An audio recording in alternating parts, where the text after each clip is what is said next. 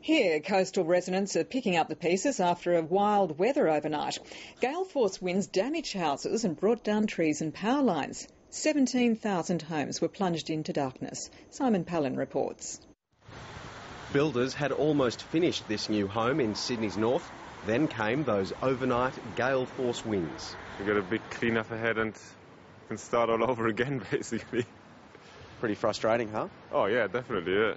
Leanne Staveley was also left with a big job on her hands, looking after 4 toddlers without any power. We've got lots of candles in the house, which the children are finding very exciting, something different.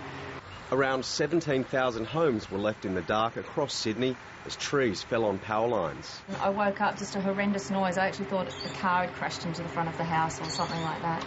Some weren't happy with the pace of repairs. They've had their smoko and guarantee they'll have another one in a couple of hours, and then it still won't probably have power. So they're working as quickly and as safely as possible to get the power back on. Overnight, wind gusts left streets a mess. There were hundreds of calls to emergency services. Central and south coast areas were the hardest hit. The highest gust actually was at point perpendicular down on the south coast, 122 kilometres an hour. It was a slow journey into work this morning for many, with widespread delays across rail and ferry services. Bondi Beach copped a pounding too, with tents set up for this weekend's City to Surf torn apart.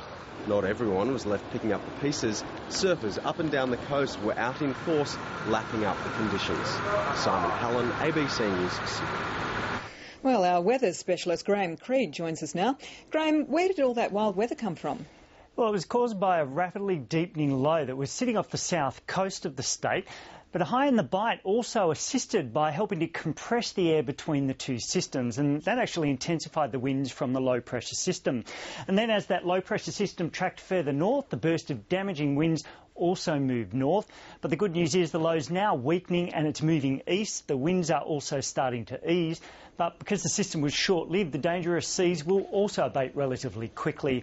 And I'll be back with more on the forecast at the end of the bulletin, Deb. See you then.